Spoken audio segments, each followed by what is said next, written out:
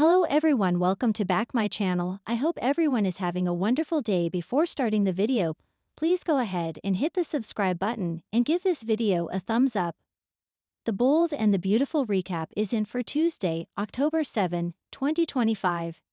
In today's episode, John Finn Finnegan, Tanner Novlin, deals with Luma Nozawa, Lisa Yamada. Meanwhile, Deke Sharp, Harrison Cohn, and Hope Logan, Annika Noel, reconnect. At Forrester Creations, Ridge Forrester, Thorsten Kaye, is panicking with Taylor Hayes, Rebecca Buvig. Why would Lee Finnegan, Naomi Matsuda, put everything on the line for Luna? If she is pregnant, then the baby will tie Will Spencer, Crew Morrow, to her forever. Taraji wonders how Finn will take the news. Ridge is convinced that Finn is Team Steffi Forrester Finnegan, Jacqueline Matins Wood. At the hospital, Finn stares at Luna. How can she be alive? This can't be happening. Luna explains that just like Lai saved Finn, she did the same with her. The girl declares that her being alive is a miracle. Finn finally takes a breath as he processes everything. Luna hopes that her father is happy she's alive. Besides, Finn is going to be a grandpa. Finn is confused. How can she be pregnant when she's supposed to be dead? The girl says her baby will have a stable life. Finn reminds her that prison isn't stable because of kids. Luna declares that she's having a Spencer baby. Will and Electra Forrester, Lania Grace, still love each other so much. However, Luna could be having his baby. Will claims that she's lying about the baby being his. As he repeatedly apologizes, Electra can't be with someone who is having a baby with someone else. Will begs her not to give up on their future. Hope furiously handwritten notes as models strut in the showroom. Deke enters and gives Hope a big hug. Hope asks for his advice about HFTF. The young man says that he doesn't kiss and tell. Hope gives him a weird face and says, "Yes, you do." Eventually, he changes the subject to the fashion line. Deke was never a fan of the boho stuff and thinks she should go for urban chic. Deke explains his reasoning as it would represent everything that Hope has overcome this year.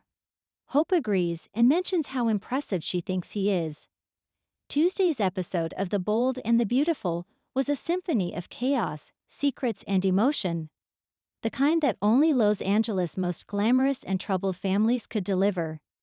The lines between truth and illusion blurred as hidden motives came to light and unexpected bonds were rekindled. By the end, fans were left with one burning question. Is this the dawn of healing, or the calm before another Forrester Finnegan storm? The morning began at the Cliff House, where Finn, Tanner Novlin, stood by the window, lost in thought as the Pacific crashed against the rocks. Steffi, Jacqueline Matins Wood, entered, her tone soft but cautious. "You didn't sleep," she observed. Finn nodded, his mind clearly elsewhere. "I can't stop thinking about what Lai said," he confessed, voice heavy with conflict. "About the baby, about my biological father." Steffi's eyes flickered. She hated this topic. "You mean Sheila?" she replied sharply. "No," Finn said quietly. "Not her. The man she claimed was gone from her life. The man she said never wanted me." What if that wasn't the whole truth? In a stunning twist, Finn revealed he had uncovered old medical records linking his birth to a man from Genoa City, a doctor named James Warwick. Lai had dismissed it as a clerical mistake, but Finn's gut told him otherwise. He'd sent off DNA samples to confirm it. Steffi tried to stay composed, but her frustration simmered. "Finn, you don't need another mystery parent.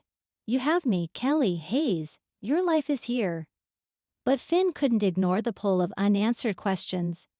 If James really is my father, that means I'm part of another legacy, and Hayes would have a grandfather. The word hung in the air, grandfather. It wasn't about biology anymore. It was about identity. For Finn, it was a search for belonging, and Steffi knew from experience how dangerous that journey could be. Meanwhile, over at Il Giardino, Deke Sharp, Shankannon, was setting up early, looking like a man with something to hide. And for good reason. Deacon had been walking a fine line since Sheila's death. But as he poured coffee for himself, his phone buzzed with a text from an unknown number. You promised me a fresh start. Don't make me come back to LAS. Panic flickered across his eyes. He buried her figuratively and emotionally. But Sheila Carter didn't stay buried. Deacon glanced around nervously. He knew one misstep could cost him everything. Hope's trust, Brooke's forgiveness, even Il Giardino. Moments later, Hope Logan, Annika Noel, walked in, radiant yet fragile. She greeted him with a warm hug, the kind that made Deacon's guilt double. "Hey Dad. I needed a little escape," she sighed, settling at a table. "Everything at Forrester feels tense. I thought we were past all that." Deacon forced a smile. "You and Thomas." She nodded faintly. "We're finding our way. But there's something different now. I don't know if it's peace or if it's just pretending." Deacon leaned against the counter, masking his anxiety. "Pretending's how most people survive, sweetheart." Their moment was tender but fleeting. Hope's intuition kicked in. Her father was distracted, his gaze darting every few seconds toward the back door. Deacon chuckled nervously. "Just business stuff. You know, deliveries, schedules." But as Hope's eyes narrowed, she knew better. Deacon's lies were like fingerprints, always slightly smudged but unmistakable. When she left, Deacon exhaled shakily and reached for his phone again. The message had vanished. Only 2 words remained on the screen. At Forrester Creations, the air was tense but vibrant.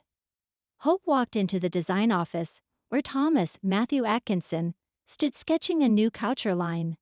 The tension between them was electric, not the wild, reckless heat they once shared, but something quieter, deeper, scarred yet familiar. "You're early," Thomas said, glancing up with a knowing grin. "Or maybe you couldn't stay away." Hope smiled faintly. "I'm not sure which is true." They worked side by side, their conversation slowly turning personal. Hope admired how calm Thomas seemed, stable, focused, almost at peace. It unnerved her because it made her feel seen again. Thomas asked softly, "You ever think about how we got here? Everything we've been through?" Hope hesitated. "I do.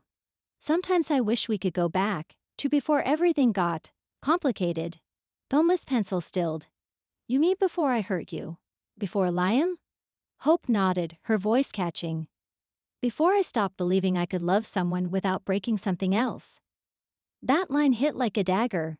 The vulnerability between them crackled, and for a fleeting moment, Hope's hand brushed his. "Maybe it's not about going back," Thomas said gently. "Maybe it's about forgiving yourself for surviving it." Hope looked at him, really looked, and in that instant, something inside her shifted. This wasn't about romance. It was about reconnection, not just with Thomas, but with her own sense of worth. The spark that once felt forbidden now glowed with quiet understanding. As she left the office later, Brooke, Catherine Kelly Lang, intercepted her in the hallway, concern written across her face. "You've been spending time with Thomas again," Brooke said bluntly. "Please tell me you're not falling back into that." Hope sighed. "Mom, I'm not falling. I'm healing. You don't have to understand it." Brooke's jaw tightened. "Healing with a man who manipulated you is like dressing a wound with salt." Hope shook her head sadly. "Maybe. But he's the only one who still believes I can create beauty out of the broken pieces." Back at the hospital, Naomi Matsuda, reviewed a report, Finn's DNA test. The results stared back at her like a ghost she couldn't banish. It confirmed partial paternal match to Dr. James Warwick. Lai slammed the folder shut, fury and fear warring in her expression. She knew James, his brilliant mind, his reckless empathy, and what his reemergence could mean for her son. "Not again," she whispered. "I won't let another outsider destroy my family." Moments later, she called Steffi, her voice sharp and urgent. "You need to keep Finn focused on his life, not his past. If he learns too much, it could unravel everything." Steffi frowned. "Lai, you sound scared." "I am," Lai admitted. "Because once Finn learns who his father is, he'll want answers. And answers come with consequences." Lai hung up before Steffi could press further. The camera lingered on her trembling hands, and the photograph she pulled from her drawer. A younger Lie, standing beside James Warwick, smiling at a medical conference. A secret partnership, maybe more. The missing puzzle piece in Finn's life had just turned into a ticking time bomb. Evening fell over Los Angeles. At the Forrester mansion, Ridge, Thorsten Kaye, joined Brooke and Eric for dinner, the mood subdued. Eric's health had been stable, but his eyes betrayed fatigue. Thanks for watching this video and please subscribe our BOLD and BUTI Fuel UPDAT YouTube channel for more update news.